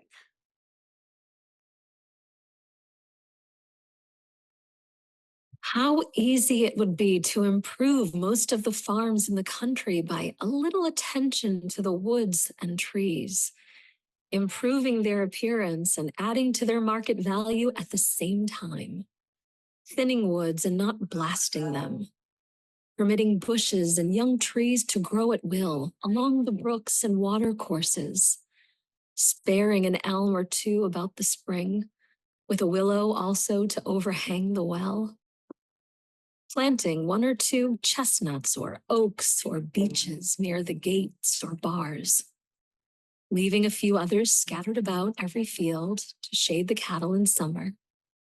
But there is also another view of the subject, a careless indifference to any good gift of our gracious Maker, shows a want of thankfulness, as any abuse or waste betrays a reckless spirit of evil. So the idea on this is there's no narrator. There's nobody telling you what to think. These are all 5 videos are the actual words that people said. As it turns out, a little inside knowledge, this woman has COVID at this moment, this actor, and had to lay down on How that bench easy it later. would be Sorry to about that. improve most of the farm. Sorry, Ed. And so, but the idea here is that kids have a hard time believing that the past actually happened in color, and that it often involved people, not in that particular case, but who are young and who are as alive as they are. And so the idea is that this is another kind of primary document, but dramatized. Our friends at Colonial Williamsburg lent us the actors and the locations as well. And we had a question on the chat before. It says, can you show again how you did the search in Internet Archive? So this is very Yes. convenient that you're back there. Absolutely. I do not see search when I click on sources. Okay, so I pulled up the Susan Fenimore Cooper. This is on both that annotated list I shared earlier, and then also underneath each video, we link out to the sources. So there's a magnifying glass in the left corner, and it may be, if you're not seeing it, maybe you just need to adjust your browser. You may have it on full screen or something, and it depends on the settings on your individual device, but you should be able to see this magnifying glass. And then I'm going to search for the word tree because she mentioned trees pretty often. And so it's going to take me to all the pages where the word tree is, and then kids can kind of peek in different snippets and read a few excerpts here and there. Another cool thing about that, you see down along the bottom where the button is moving, all those blue boxes are the places where the word appears. So the kids will get a sense, well, that's not very useful search because it only appears once. Or, wow, tree is something that appears all the way through this book. Again, something you can't do with an edited primary document that's Xeroxed. Here you can explore the kind of theme that she was doing. So I just point out this another cool aspect of the Internet Archive. Absolutely. And I hope that answered your question, and hopefully you'll be able to see it a little better now. The other thing I really like about using this is we also, just like we said, Legos before. So the video links you out to the primary sources, but it also links you out to a travel journal that Ed kept while he was writing the book. So Ed, do you want to talk a little bit about that? I'm going to bring up the one that relates here on Susan Fenimore Cooper. So do you want to tell a little bit about your travel series? Yeah. So in Liz's kind of introduction pointed out that I've really worked a lot with public history. I've been on many boards for museums and things, and Annie and I are both big fans of local historical societies and museums and a lot of our partners. So I set out with my beloved wife, Abby, who agreed to do this, to visit 60 places where this history happened between 1800 and 1860, and in 24 states and in an RV, which neither of us had ever spent a single night in before we got it and set out on these trips, you know. And so we visited these places to see how the history that had happened then is being interpreted now. And there's a lot about Texas. I don't know, and if you want to kind of show over about all that, how the travel log. So the travel log, each individual one is in bunk. It's also linked in there's a series. And so if I type in American Journey and hit return, hopefully, there we go. The series will pop up. And you'll be able to see all the places where Ed and Abby went on their trip. Again, they're linked over here. They're geolocated. The ideas, public history, historical memory, monuments, writing, historical amnesia, landscapes, dispossession, all the main themes that are going to be in that series are linked. So I'm going to click over here on San Antonio, and it's going to bring up Borderland stories and then you can view the connections just like we did before. You're going to see the original article pop up. then when you click on view connections, it's going to show you, you can build a collection out of this. You can have the kids, explore the different tags. Oh, the Alamo, we went there on a field trip. Let's see what else you have about the Alamo. And then again, you're down that rabbit hole.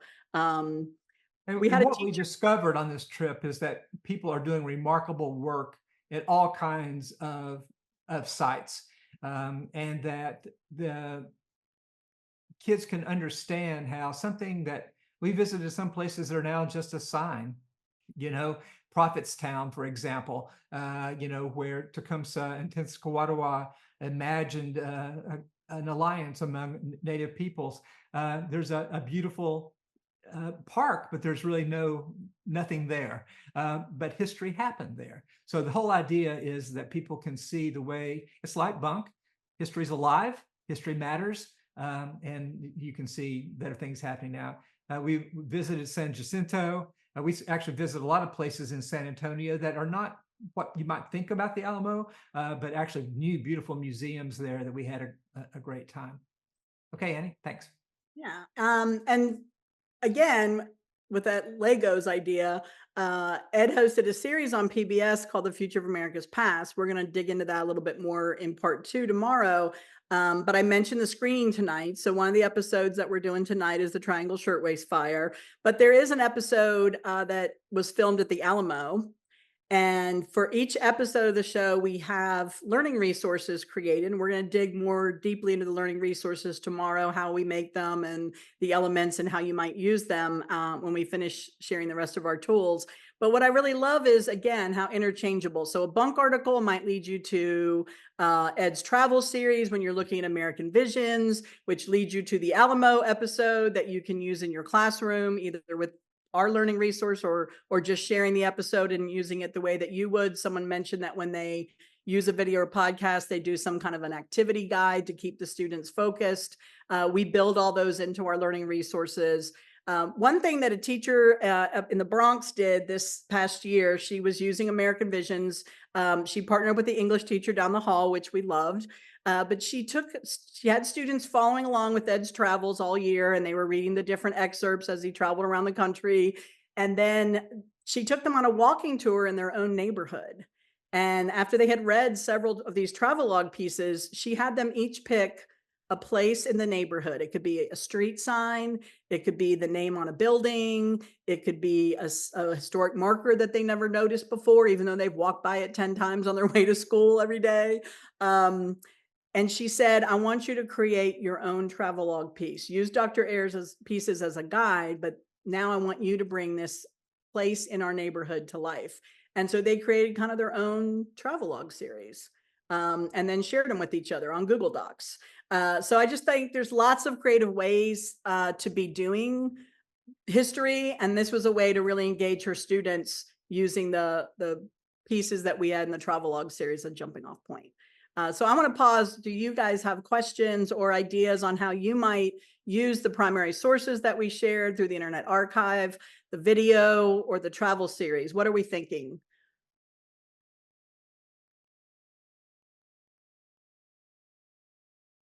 Show something more interesting there, Annie. Whatever you think might be. First of all, there's lots of pictures for these things. But it's also, you think about going to Brooklyn, look at Poe on the travel account. So Russell says, I just like freeing the kids from Google. Yeah. That's good. I mean, here's a remarkable place that you say, I take pictures of these various places so that people can understand. That's a view from the tower of San Jacinto, and that you can, don't know if we included, there's one that you can actually see our RV parked down the front. But this is showing how interpretations are changing and improving. This is a representation of the Comanche in the new museum in San Antonio. And so I think in the way, and this is Bent's Old Fort, which is an amazing place that shows that long before Texas was created, the routes of exchange among American Indians and Mexico and Anglo settlers. What's this last picture? Oh, this is inside of all the different kinds of trade. It makes it such more tangible. And so when I was teaching my class for freshmen at Richmond, I asked kids, so why are you in this class? And they had two answers. One, I had an awesome teacher, Mm. or I visited a place that I'll always remember as a kid. And so that is, we trying to ground what the stories we're telling in places as much as possible. Yeah, so Edgar Allan Poe's America, we visited, everybody wants Poe now. Nobody wanted him when he was actually alive. And kind of kick him around. And so there's a picture here. Scroll down, Annie, until we see the one of, I'll tell you when to pause. Baltimore, Virginia, Baltimore. That one right there. If you click on that, it will enlarge, or you can make it bigger. This is Poe's cottage in New York City, and you can see all around. So I think giving kids a sense of the way that the past is really embedded with them. So I don't see another comment in the question in the chat, Annie, about this. People thinking about how they might use it. I think your example is a good one of, in some ways, using these as models or as ways to improve upon. I think the fact that we went to, taking the pictures as a way for what people often find most interesting about the travel account rather than my eloquent words, but what are you going to do about that? So Liz, the amount of time we have today, how are we doing? We're doing great. We have about 30 more minutes. Okay, great. Just wanted to make sure. And that is also a signal to our friends here to ask any questions about anything that you've seen at any point along the way, and we'll return to it. But I'm guessing Annie has something else she wants to show. I do. So the last thing I sort of had on my agenda for part one was looking, if we go back to our main website, New American History, we looked at, under the journalism tag, we looked at Bunk in pretty great detail. We looked at some of the video content. I mentioned The Future of America's Past, same filmmakers. I hope you'll join us tonight for the virtual screening. Tomorrow, award-winning. An award-winning 3 Emmys. All the Virginia episodes won Emmys, Ed. What's up with that? I'm not saying the other episodes aren't great, but all the ones that took place in Virginia got Emmys. And the one about Texas is Texas before the Alamo. Yeah. And we traveled around quite a bit and talked to people because that's kind of blurry. It strikes me in a lot of people's memory of what was Texas like before that defining event.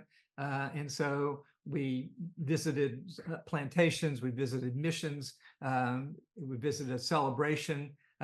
So it's a pretty cool thing that maybe even Texans might. And we're going to dig into that lesson tomorrow. Okay, good. And we're going to dig into the maps heavy tomorrow.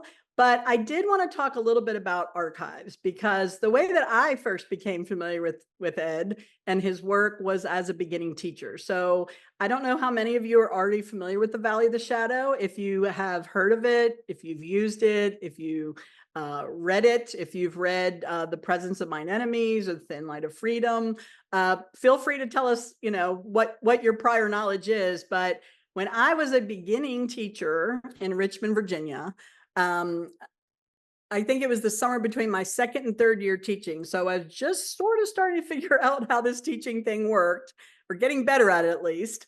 I feel like that third year is when you kind of start to hit your groove.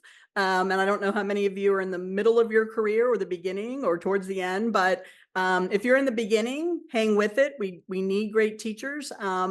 My niece just finished her third year, and I was with her this weekend, and she said, Aunt Annie, I hate it when you're always right. Weekend, and she said, I do feel like I know more what I'm doing, and I've really been doing a lot of planning this summer. So I feel like this was sort of a period in my life where two things happened at the same time. One, I took my first GIS course at Virginia Tech. It was a summer institute for teachers. And using digital maps was very much a new technology that was not previously available to most people unless they were in a science lab or, a hardcore cartography course. But this was when the internet really started opening up GIS software to everybody. People would buy a GPS to take on a fishing or a camping trip or on a hike. And we started learning digital maps. And at that same time, I went to a conference where Ed Ayers was showing off the Valley of the Shadow, which was his way of kind of reimagining how we engage with archives. So Ed, do you want to talk a little bit about that?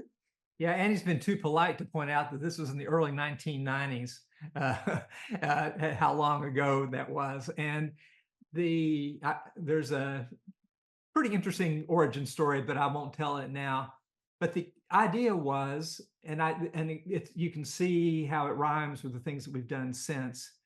Um, Rather than students having to take history second, third, or fourth hand, what if we actually gave them the archive and allowed them to explore it and come up with their own ideas? So in 1992, when the World Wide Web doesn't actually exist, we started, I imagine, this thing. And the principle was, let's share every piece of information about every person in a northern community and a southern community throughout the entire era of the Civil War. Annie, maybe if you can go back to a map that shows what the two counties are. If you go to the two counties, Yep. My screen kind of, truncates, isn't it? yeah, I'm going to see if I can. Well, that's okay. So the idea was, what if we, and it goes back to the thing that I'd said at the beginning about American visions, what if we didn't separate Black history and white history and men's history and women's history and soldiers' history and civilian history, and most importantly, Northern history and Southern history, but put it all into the same frame. So let's explore the Valley then, Annie, since we can't see that. So just so you guys know, and maybe hopefully you're seeing on your screen, sometimes Zoom hides the bottom of your screen. Down here, there is a place that says the two counties. Zoom's not going to be nice to me. Oh, there it is. Okay. Hi, cheated you. The two counties. Here we go, Ed. Go ahead. So you can see that one's in the middle of Virginia and one's on the border of Pennsylvania. Turns out that this contradicts one of the most annoying themes that permeates American history is that the Civil War was a conflict between the industrial North and the agrarian South. Ideas that have been around since the 1920s that are just not true. I chose two places that have the same soil, the same climate, the same crops, the same churches, and yet they decided within 6 months to go to war against each other and fought for 4 years. So the idea is that we would use all the capacities of this exciting new thing called the World Wide Web. PDF files didn't exist yet, though. We actually had to write scripts to actually show the pages of the 10,000 newspapers we have and all the letters and diaries. So everything you're seeing has been typed in by large groups of graduate students who are paid to do all of this. But the idea is that, okay, you figure out what caused the Civil War. And so maybe you could go into, let's go to the newspapers, Annie, would be Eve of War newspapers. And so you can click on that and just search them up in the upper right-hand corner. Upper right-hand, okay. And search for a word, it's slavery. Let's see, that's the big issue is how much is slavery the defining issue of the Civil War. And that what you'll see is we're looking at the Southern paper and the Northern paper. And here are all of the actual excerpts that have all been typed, and that people can actually, keep scrolling, that people can see the way that the stories are experienced in real time. This is probably the most useful things to tie everything together, but it's also the case that the most powerful things are the letters and diaries, where people are, somebody thanked me just the other day for telling a story about a young husband and wife, and the husband was wounded and dying, and how powerful that was in his own life. And it turns out for just these two counties, we found so many letters and diaries that you wouldn't believe. Yeah, just do mother, that's fine. And you'll see that so many of these articles. So it's a way for young people to see themselves. But it's also the case, and this is the days before Ancestry and so forth, we typed in the entire population and agricultural and manufacturing censuses. So every single person is represented in 1860 and 1870. There's a letter you can see the way it's actually spelled out at the time, and then you can see modern spelling so that kids can have an easier time understanding it. So then the idea was, okay, write your own history. I've assigned this to classes that had 120 kids in it, and I get 120 different answers back that would all be anchored in evidence. Again, this is expanding the idea of primary sources, but these are all things that actually happen. They're in these two places, and that they are contained enough. You can see all these different kinds of records, of tax records and church records, and military history if kids want to do all that. So this is the idea. So we built this back in the early 90s. I mean, we had to rebuild it multiple times as the technology changed. What you're seeing here is one that we rebuilt just a couple of years ago. So it works on your phone. We didn't lose any of the millions of pieces of evidence so painfully gathered here, but now it works in a form that kids won't think it looks like 2007 in some old-fashioned website that's not interesting, I guarantee. And then, as Annie mentioned, I wrote 2 entire books using nothing other than this archive that tell the entire story of the Civil War from John Brown's raid through end of Reconstruction. And I haven't added them up. I'm guessing it's something like 800 pages between these 2 books. And the idea is, okay, that's my story. What story do you see here? And so it's a way of, again, go back to Annie's point, for every student to be able to see themselves in the American past. And this is the story that tells the entire, this is the archive tells the entire story of the American Civil War in every dimension. So that's what it is, and it's rebuilt. And so everybody has to teach the Civil War. You don't have infinite amounts of time, but rather than going through the same litany of the list of battles or the same questions, 15 minutes for kids to explore what the war actually looked like in real time. And if you told anybody at the beginning that it was going to end in the destruction of slavery across the entire South with no compensation, nobody would have believed it. And if you told people at the end of the war that then you're going to have the greatest experiment in American democracy, which is the granting of citizenship rights and voting rights to formerly enslaved 4 million people, nobody would have believed that as either. So all this is to instill a sense of the excitement and surprise at the heart of history, and make people realize that the people in the past had no more idea of how things were going to turn out than we do. And we're not more confused than they were. There's a real sense that somehow in the past, things were simpler. They're just simply not. So that's what the Valley of the Shadow, in all honesty, it's probably the reason I got the award at the White House, that and all this other work I did with the National Archives and National Center for National Humanities, National Endowment for the Humanities, and so forth. But the Valley of the Shadow kind of shows what the new capacities of the World Wide Web could do, even when they were brand new. So I feel like we've not really taken advantage of the fact that we have all this information. We still funnel history through very narrow tests and standards and books, when in fact it's all opened up in a way that we could see history in new ways. So I'm sharing the timeline feature there, Ed, because this has been very popular with teachers.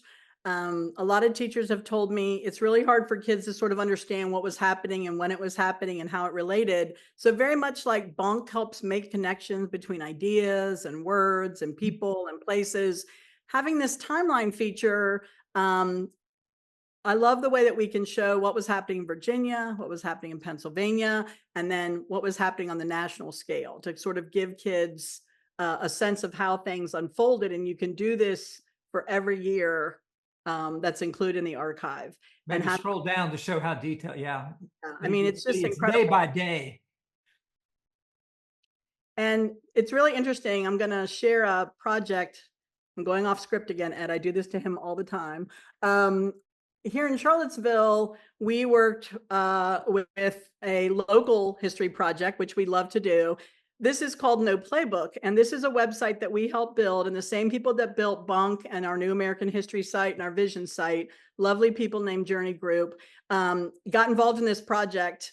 And basically, we used the Valley of the Shadow since we'd already built it and done all that great design work. And in this case, we're looking at a local history topic. How were high school sports integrated during the time of massive resistance, which in Virginia was a period of up to 5 years where schools were closed because they refused to segregate. And so this is integrate. Excuse me, integrate. And so we have collected oral histories, and we created a timeline, and we basically used the Valley of the Shadow because kids and teachers said that is the greatest timeline tool I've been using. And so we just recreated it in a new topic and a new time period. And you could do the same thing with your students. And so I just love that, because the Valley of the Shadow was the way that we thought of how could we show this to kids at both the local and national level. Here it turned into a whole other project for students, which I really love that kind of came out of the Valley. The other thing that we have a learning resource in the library that currently kind of explores the Valley in very broad terms, shows you sort of how to navigate it, step-by-step directions with screenshots for your students. But we have 2 new lessons. I was actually editing one earlier this week, and then I got another one this morning. A teacher out in Colorado, he is using the Valley Shadow with his AP course. He teaches AP US history. And so he's talking about using primary documents and digging into archives.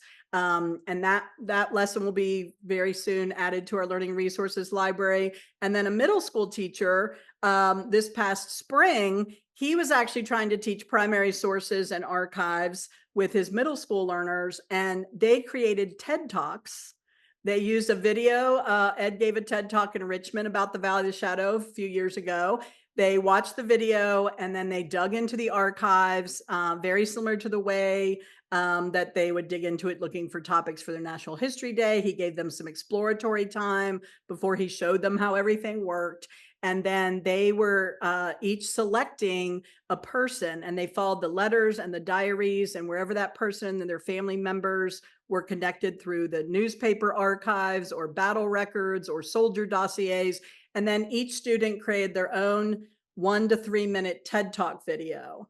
And so we have a learning resource that will be posted soon. I've just finished editing it this morning, actually, using the Valley of the Shadow, and students then showing what they learned and what was meaningful to them and how they saw it as relevant to their lives. So those are 2 new lessons coming out soon from the Valley of the Shadow.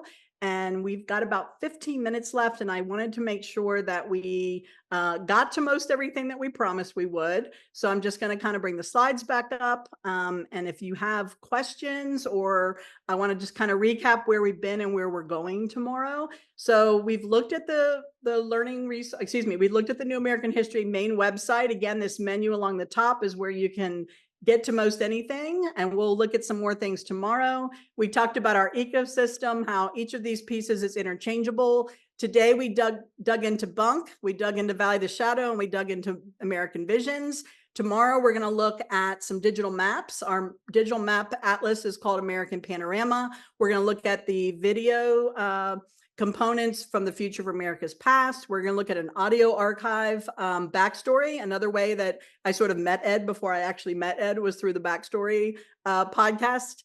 And then we're going to dig into the learning resources and see how we have worked with teachers to imagine how all these tools and resources could fit together in your classroom.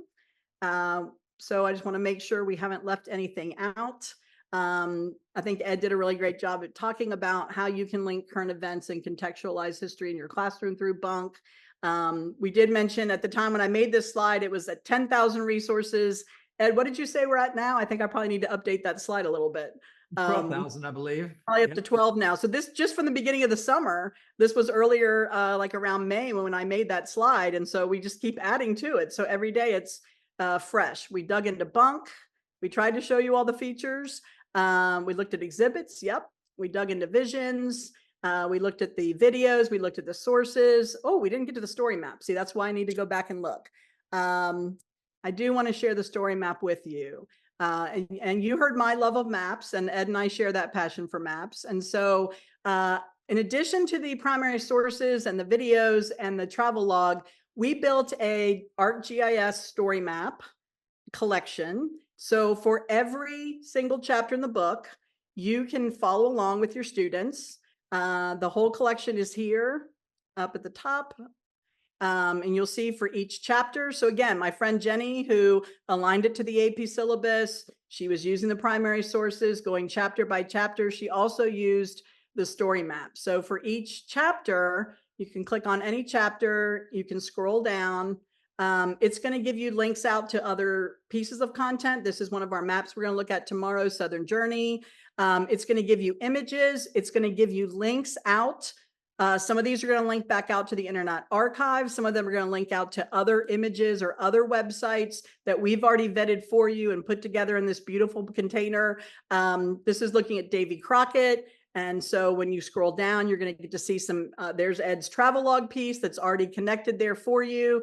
Here's some images of the Davy Crockett Almanac, right? So a lot of the pieces are already embedded in there, so you don't have to go out and find them, link them all together, figure out how to load them into Canvas. It's already kind of done for you. So as you're reading along with the book, as you're watching the videos, you're looking at the travel log, then you can have your students dig in and look at some of the people and places and events that were happening. And it's all kind of tied together through this story map. The Wilkes expedition, this is how we got the Smithsonian. We have a teacher right now working on a new learning resource that will bring that story to life in greater detail. If you're teaching AP English or you're teaching history and your colleague is teaching English, there's lots of ways to do some cross-curricular opportunities looking at the writers and thinkers of that period. And they're all linked here through the story map. And we have that for every single chapter in the book. So just as we linked out the Internet Archive and the original primary source documents, we've also linked out here in a visual way and in a way to kind of tie some of those pieces together. And I would just point out this, none of this requires that you or your students actually read the book. Right. The whole idea is this is self-sustaining. These are all topics and people that occurred in this period.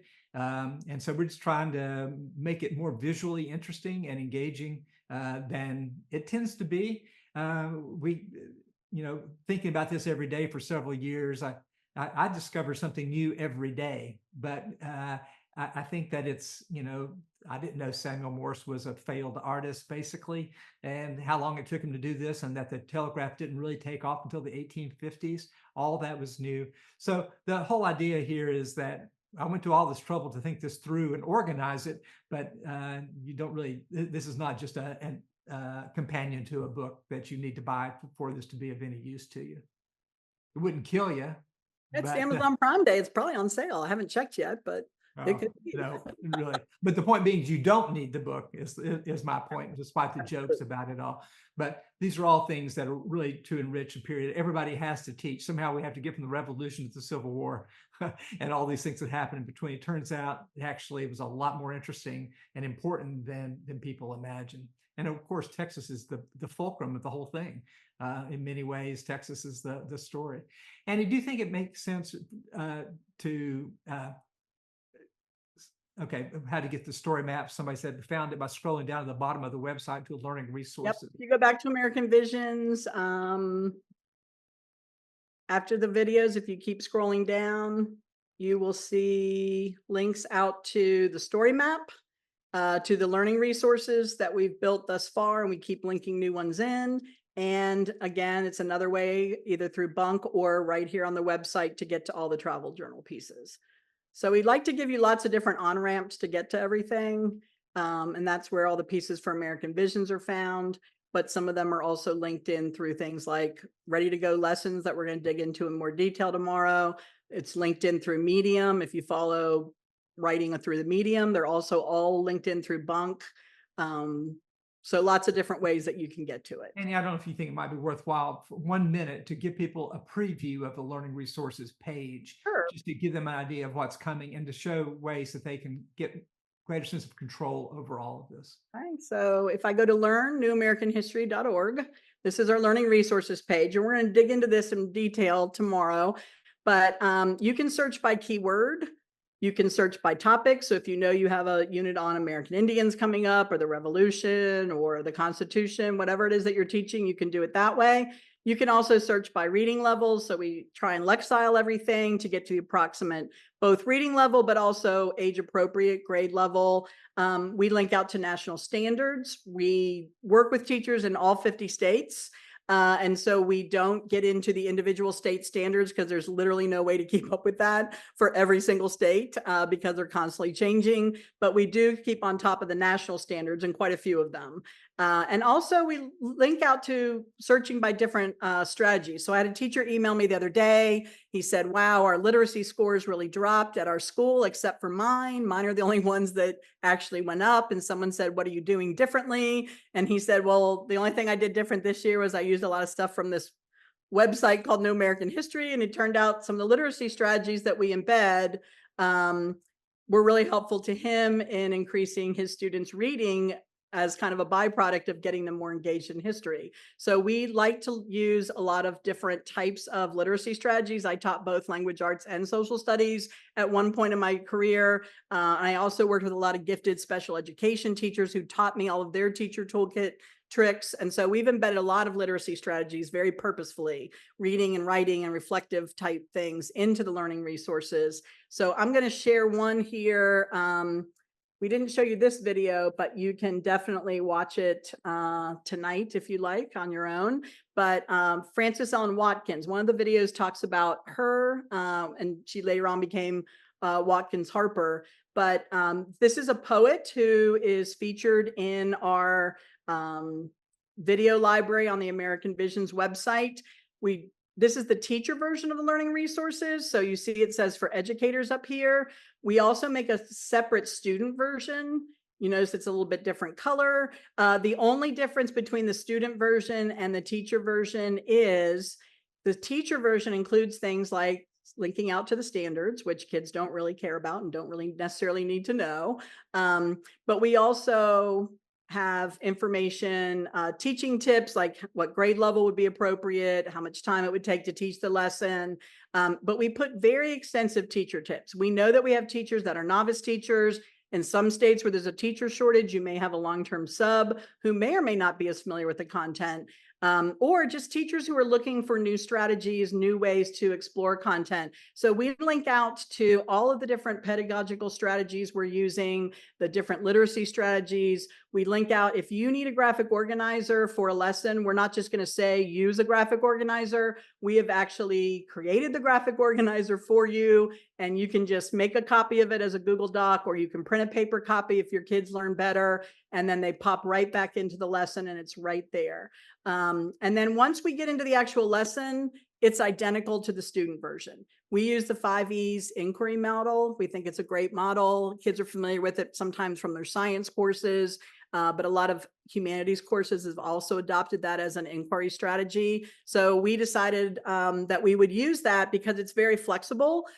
We modified a little bit for the humanities. The science world that uses this tends to use evaluate at the end. We like to use more of a open-ended extension model to it, which could be an assessment that you create, or we try and provide some sort of a project-based learning experience. Creative writing is often in there, or an arts related performance task is built in to each lesson. So as you go through them, and we're going to dig into some of these tomorrow, if you need a video, it's already embedded for you. If you need them to look at an infographic or link out to, here's a timeline for Frances Ellen Harper Watkins. Here's linking back to American Vision, so you don't have to go back and find all these links. If we want them to use the story map, it's already linked in. Inquiry-based questions and activities are already preloaded in there, ready to go. With step-by-step directions, everything all in one place, showing kids how the Internet Archive works. Hopefully next time they encounter it, they'll already know how to use it for another purpose or another setting with a different excerpt. So we try and make sure that everything is in there that you would want or need with step-by-step.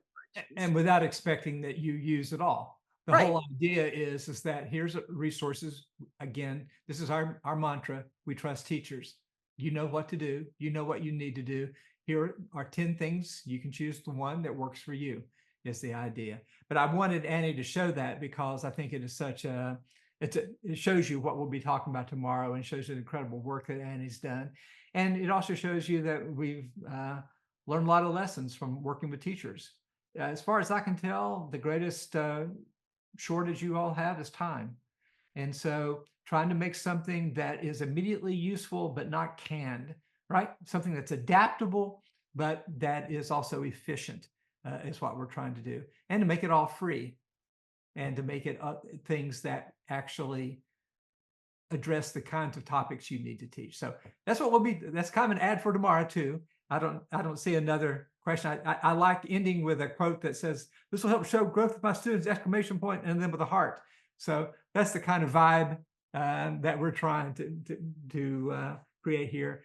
We just see ourselves as trying to be good allies. And with Annie, we have somebody who actually knows what that would look like. But I would say some of the coolest stuff we've not shown you yet, I'd Yep. have to say.